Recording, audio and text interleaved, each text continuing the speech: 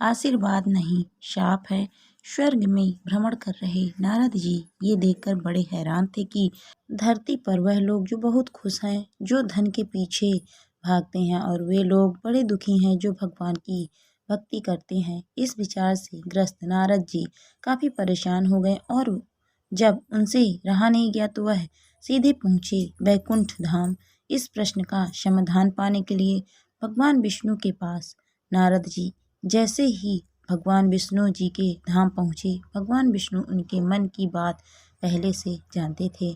विष्णु भगवान ने नारद से कहा, चलो धरती लोक पर चलते हैं और आपके प्रश्न का समाधान पाते हैं। दोनों साधु का वेश धारण किया धरती लोक पर पहुँचे। वह दोनों सबसे पहले एक बड़े व्यापारी के द्वार पर भिक्षा मांगने के लिए गए। उन दोनों को अपने द्वार पर देखकर व्यापारी बड़ा गुस्सा हुआ, उन्हें भला बुरा कहा और बिना कुछ दिए उनको वहां से जाने के लिए कहा। जाते जाते साधु के रूप में भगवान विष्णु ने उसे आशीर्वाद दिया कि तुम्हें और भी ज्यादा धन मिले। नारद जी को यह देखकर बड़ा आश्चर्य हुआ, लेकिन वह कुछ नहीं बोले और भगवान विष्णु के साथ चलते रहे। थोड़ी देर बाद वह एक बूढ़ी माँ की कुटिया पर पहुँचे। वह गरीब बूढ़ी एक छोटी सी कुटिया में रहती थी। उसके यहाँ जाकर जब दोनों साधुओं ने भिक्षा मांगी तो बूढ़ी माँ बोली, मेरे पास तो आप लोगों को देने के लिए ज़्यादा कुछ नहीं है, लेकिन हाँ मेरे पास एक गाय है जो दूध देती है। अगर आप लोग चाहो तो मैं उस गाय का दूध दोहकर लाती हूँ। आप दोनों के लिए उसे पीकर अपनी भूख शांत कर सकते हैं। साधुओं के हाँ कहने पर बूढ़ी माँ ने दोनों के लिए दूध का इंतजाम कर दिया।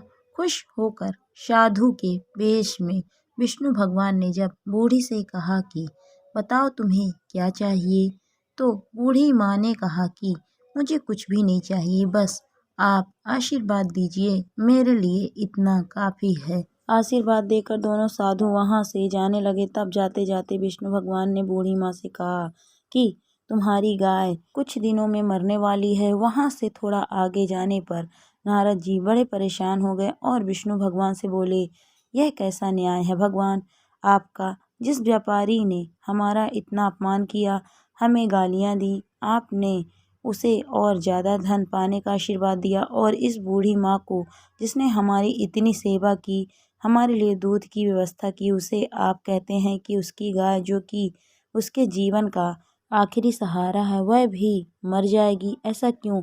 नारद जी के सवालों को शांत करने के लिए भगवान जी ने चेहरे पर मुस्कान के साथ कहा कि मैंने उस व्यापारी को जो आशीर्वाद दिया दरअसल वो उसके लिए शाप था। उस व्यापारी का मन पूरी तरह से धन कमाने में फंसा हुआ है, और अगर उसे और ज़्यादा धन मिलेगा तो वह आखिरी समय तक उसी धन के पीछे भागता रहेगा और अगले जन्म में सांप बनकर उसके पास कुंडली मार कर बैठा रहेगा। और रही उस बूढ़ी माँ की बात, तो कुछ बूढ़ी माँ का पूरा ध्यान अच्छे कामों में और भगवान भक्ति में था। हाँ, सिर्फ थोड़ा सा मन उसका उस गाय में अटका हुआ था, और वह अपने आखिरी समय में उस गाय के मोह में ये चिंता करती रहती है कि उसके जाने के बाद इस गाय का क्या होगा, क्या कोई उसे हानि पहुंचाएगा या मार डालेगा, और वह पूरी तरह से मुक्त नहीं हो पाती। बस यही कारण था कि मैं चाहता हूँ कि आखिरी समय में उसका ध्यान पूरी तरह मेरी तरफ रहे, ना कि इस गाय की तरफ। भगवान विष्णु के समझाने के बाद और इस पूरी घटना के बाद नारद जी का मन पूरी तरह से शांत हो गया और वह खुशी खुशी स्वर्गलोक लौट गए।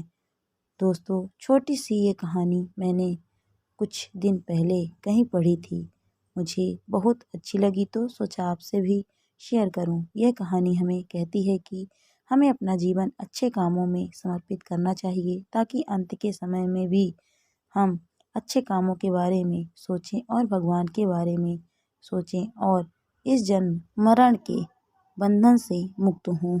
दोस्तों, कहानी आपको कैसी लगी कमेंट करके ज़रूर बताइए। कहानी अच्छी लगी तो वीडियो को लाइक शेयर करें। अगर आप मेरे चैनल पर नए हैं तो प्लीज़ मेरे चैनल को सब्सक्राइब भी करें। Thank you for watching my video.